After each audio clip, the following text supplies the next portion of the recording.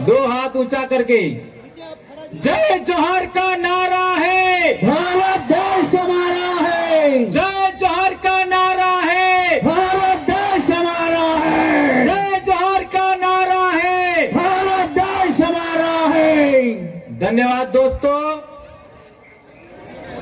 आज विश्व आदिवासी दिवस के दिन डूंगरपुर की धरती पर आदिवासियों का जितना भी सैलाब उमड़ा है,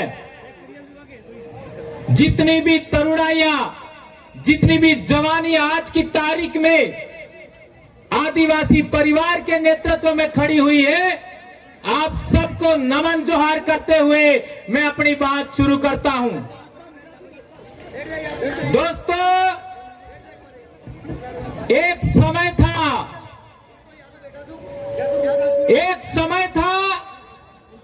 जब हम अपने आप को भील कहने से शर्माते थे। आज दिन है कि हम भील कहने से अपने आप को गर्व महसूस करते हैं। एक समय था जब हम अपने आप को आदिवासी कहने से कतराते थे।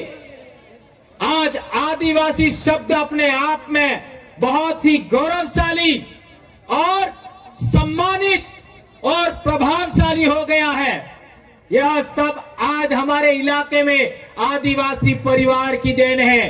तो आज तक जितने भी आदिवासी परिवार के कार्यकर्ताओं ने समाज को जागृत करने के लिए अपना त्याग बलिदान दिया और मेहनत दिया, उन सबको एक बार तालियों से अभिनंदन करिए दोस्तों। अभी हमने देखा कि यहां पर हमारा बस्तर कोंडा ग्राम से आदिवासियों का रेला पाटा देखा आपने। रेला पाटा गीत के बोल क्या थे आपको समझ में नहीं आया होगा, क्योंकि यह गोंडी भाषा में है। और हमारे देश में पूरे आदिवासी समाज की एक भी बोली को मान्यता नहीं है। उसमें गोंडी भाषा की भी बात आती है, भीली भाषा की भी बात आती है, उसको मान्यता नहीं है। और हम लोग ये चाहते हैं कि भारत देश में आदिवासी की बोलियों को महत्व दिया जाए, उनको 8वीं अनुसूची में शामिल किया जाए। क्या ये ऐसा होना चाहिए? आप सबका सहमति है? एक बड़ी बात, जैसा कि हमारे संचालक भाई ने कहा था, आप लोगों ने देखा होगा उनके ऊपर सिंह थे, सिंह का मुकुट था। जो लोग मेरे साथ शादी किया, मेरे आसपास शादी किया, उनके भी आपका मोड़ लगता था तो सिंह मोहर लगता था। दोनों तरफ लगता था कि नहीं लगता था? यही परंपरा हमारे आज के तारीख में बस्तर में जिंदा है। और ये बात आप लोगों को मालूम होनी चाहिए कि सिंधु घाटी सभ्यता में भी आपका इसी तरीके का एक मूर्ति मिला है, एक सिल मोहर मिला है, जिसको आपका प्रोटो शिवा लोग कहते हैं, पशुपति नाथ का सिल भी कहते हैं। लेकिन वो न प्रोटो शिवा है न पशुपति नाथ है, वो आदिवासियों की महान विरासत का परिचायक है। भारत देश के मूल मालिक आदिवासियों की संस्कृति का परिचायक है। ये बात हमको गर्व करना चाहिए। हाँ, एक बात और, मेरे बड़े भाई ने कहा कि आपने पढ़ता था तारे मोड़ बांधता था, नहीं बांधता था। ये मोड़ के वो तो किस तरीके का था, उसमें 2 साइड, एक इधर से होता था और एक इधर से होता था। इसका मतलब है आज इस तरीके से जितने भी लोगों ने पहन रखा है, उसी तरीके से सभी युवा आने वाले समय में शादी करेंगे तो यहां तुर्रा नहीं लगाना है, यहां साइड में लगाना है। लगाओगे? युवा लोग हाथ ऊंचा करके बताइए यस। और जेनजी को कहना चाहता हूं, आज देश में जेनजी ने वो कमाल किया है कि बड़े बड़ों की जड़ें हिल गई है। वो इसमें हमारा डूंगरपुर का भी जेनजी शामिल है। एक और बात देखिए आपने, कि बस्तर के भाई डांस कर रहे थे, बहनें डांस कर रही थी और आपका पिरामिड कर रहे थे और आपका नृत्य कर रहे थे, तो सिंधु घाटी सभ्यता में योगाभ्यास का उल्लेख मिला है, योग का उल्लेख मिला है। आज यूएनओ ने भी योग को महत्व दिया है। वो योग भी आदिवासियों की देन है और किसी की देन नहीं है। आप लोगों ने राठवा आदिवासी बेटियों को देखा होगा, उन्होंने पिरामिड किया था, डांस किया था, उसमें भी आप लोगों ने देखा होगा कि बस्तर का कल्चर, बस्तर का डांस और राठवा आदिवासियों का डांस एक जैसा है, उसमें खास भिन्नता नहीं है। एक और बड़ी बात मैं पहले से कह देना चाहता हूं, आप लोगों ने देखा होगा, आप लोगों ने देखा होगा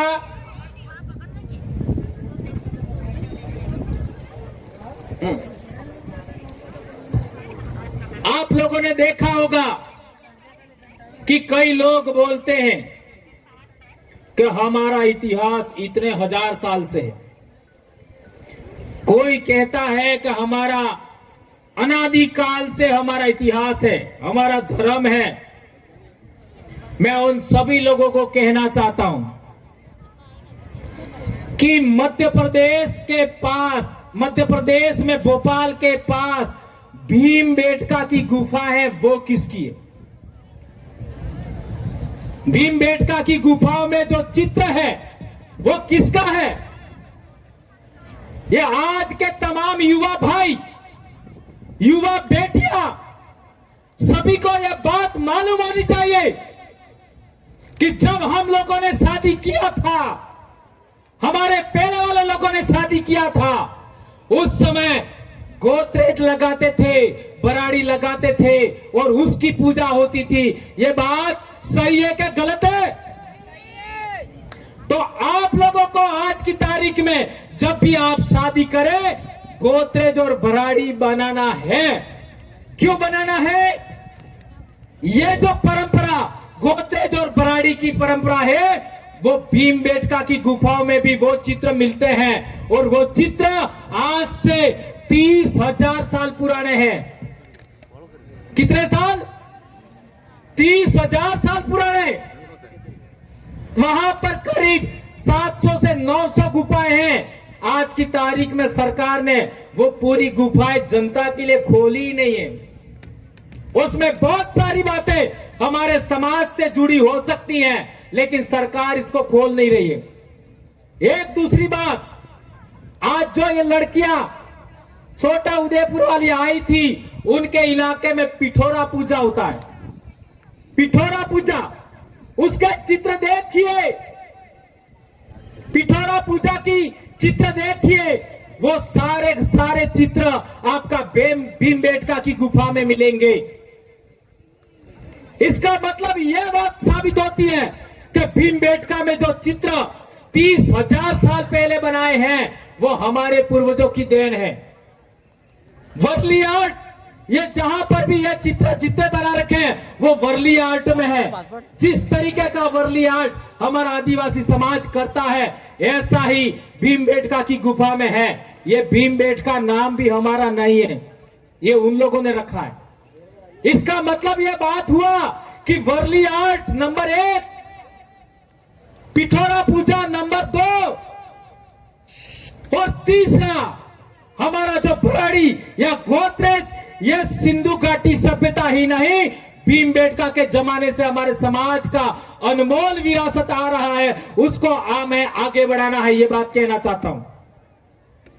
एक बात हमने देखा कि जो आदिवासी बात कहता है वो दूसरे लोग नहीं मानते। जो आदिवासी कहना चाहता है उसको लोग सुनना नहीं चाहते, और जो आदिवासी बात कहता है वो दूसरे लोग करते भी नहीं है। अब बताओ, इस देश का मूल मालिक कौन? आदिवासी। कौन? आदिवासी। इस देश का मूल मालिक आदिवासी। 30,000 साल पहले की विरासत भीमबेटका की चित्र किसके? आदिवासियों के। और आज इस देश में सबसे ज्यादा प्रताड़ित किसको किया जाता है? आदिवासी को। सबसे ज्यादा विस्थापन किसका किया जाता है? आदिवासी को। और सबसे ज्यादा जेलों में कौन बंद है? आदिवासी। और लोग कहते हैं कि हमने आदिवासियों का सबसे बड़ा पद पर राष्ट्रपति आदिवासी समाज से बनाए। ये बात सही है गलत है? सही है। लोग बोलते हैं और माननीय हमारी बड़ी बहन राष्ट्रपति महोदया ने कहा कि देश में निर्दोष आदिवासी जेलों में बंद हैं, उन्हें रिहा किया जाना चाहिए। क्या रिहा किया गया? नहीं।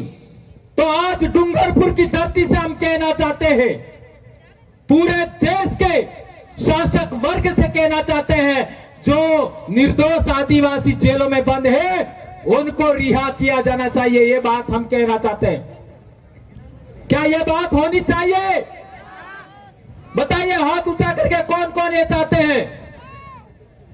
ये फोटो ले लीजिए। देश भर में जेलों में बंद आदिवासी हैं, उनको रिहा किया जाना चाहिए। ये हमारी पहली बड़ी मांग है। दूसरी बड़ी बात, संत मावजी महाराज के जमाने से डूंगरपुर की धरती पर दारू का विरोध हो रहा है। दारू नहीं बिकना चाहिए, ये बात हो रहा है। इसके बाद संत सुरमाल महाराज ने आंदोलन चलाया। लुसाड़िया ही नहीं, डूंगरपुर आपका उदयपुर के इलाके में, और उन्होंने भी बोला कि दारू बंद होना चाहिए। और इसके आगे हम देखते हैं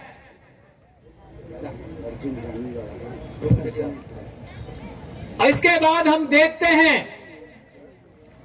कि संत गोविंद गुरु महाराज ने भी आंदोलन चलाया, भक्ति का आंदोलन। उसमें भी दारू के विरोध की बात हुई। दारू बंदीकरण होना चाहिए। और हमारे 1507 भील भगत मानगढ़ पर अंग्रेजों की गोलियां और दूसरे लोगों की गोलियों का शिकार हुए। इसका मतलब है संत मावजी, संत सुरमाल महाराज और संत गोविंद गुरु महाराज का आंदोलन आज 300 साल हो गया। क्या सरकारों ने दारू बंदीकरण किया? नहीं किया है।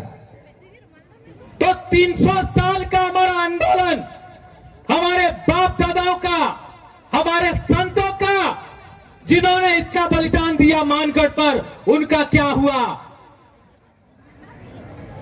लोग तो यहां तक कहते हैं कि राष्ट्रीय स्मारक हम बनाएंगे। अरे हम कहना चाहते हैं, ये जब भी करो तब करो, शेड्यूल्ड एरिया में, आदिवासी क्षेत्र में अंग्रेजी शराब की दुकानें आज से बंद होनी चाहिए। यह हमारी दूसरी बड़ी मांग है। यह मांग आदिवासी परिवार की नहीं है, यह मांग हम भीलों की नहीं है। यह मांग 300 साल से हमारे संतों की परंपरा, आदिवासियों के संतों का आंदोलन की देन है। इसे पूरा किया जाना चाहिए, ये बात हम कहना चाहते हैं। एक और बड़ी बात, आप लोगों ने लगातार देखा, यहां पर किताबों का भी विमोचन हुआ और भील दर्शन किताब का विमोचन हुआ, जल जंगल जमीन किताब का भी विमोचन हुआ। वो किताबें आपको लेनी चाहिए, ये बात मैं कहना चाहता हूं।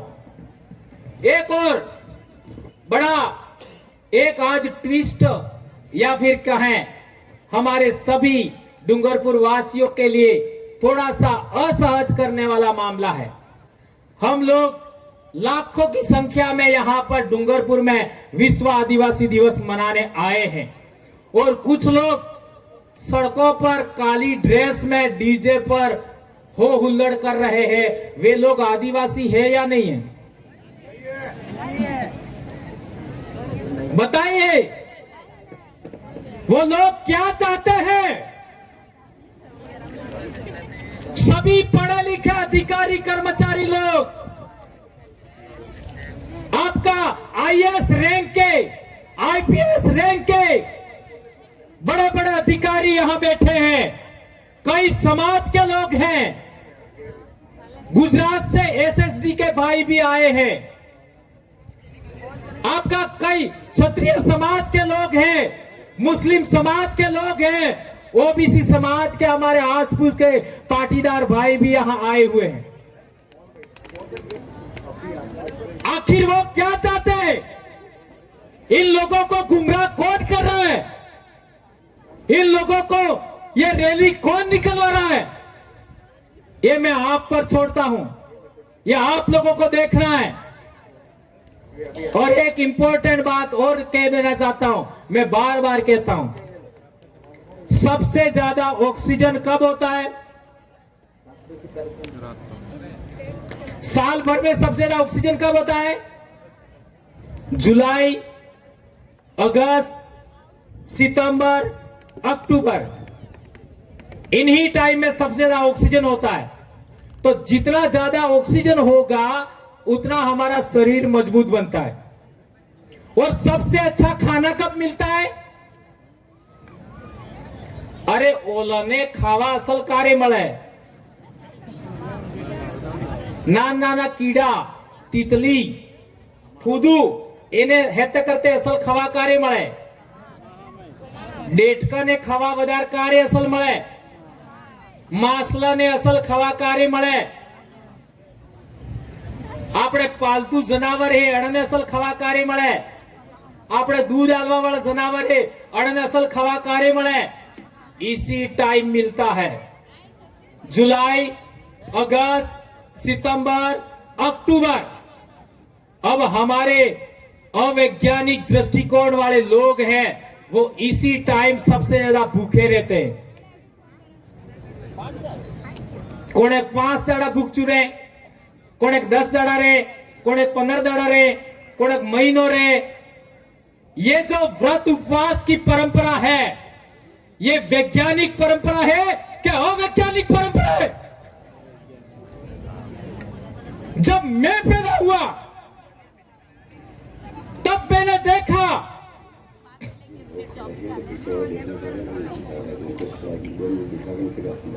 हाँ, ये बहुत इंपॉर्टेंट बात है भाइयों। ये जो आप लोग आगे खड़े हैं, पीछे लोग भी खड़े, आप बैठ जाइए, बैठिए, बैठना ही पड़ेगा, बैठ जाइए, व्यवस्था मेंटेन करिए। ये दिन बड़ी मेहनत के बाद आया है। हमारे भाइयों ने हमारे डूंगरपुर की 14 बीसीसी और 363 गांवों के लोगों ने 8 लाख रुपया दिया है, तब जाके ये कार्यक्रम आपका टेंट लगे हैं। इनके लिए सबसे पहले आप ताली बजाइए। एक सप्ताह से हम सोए नहीं है।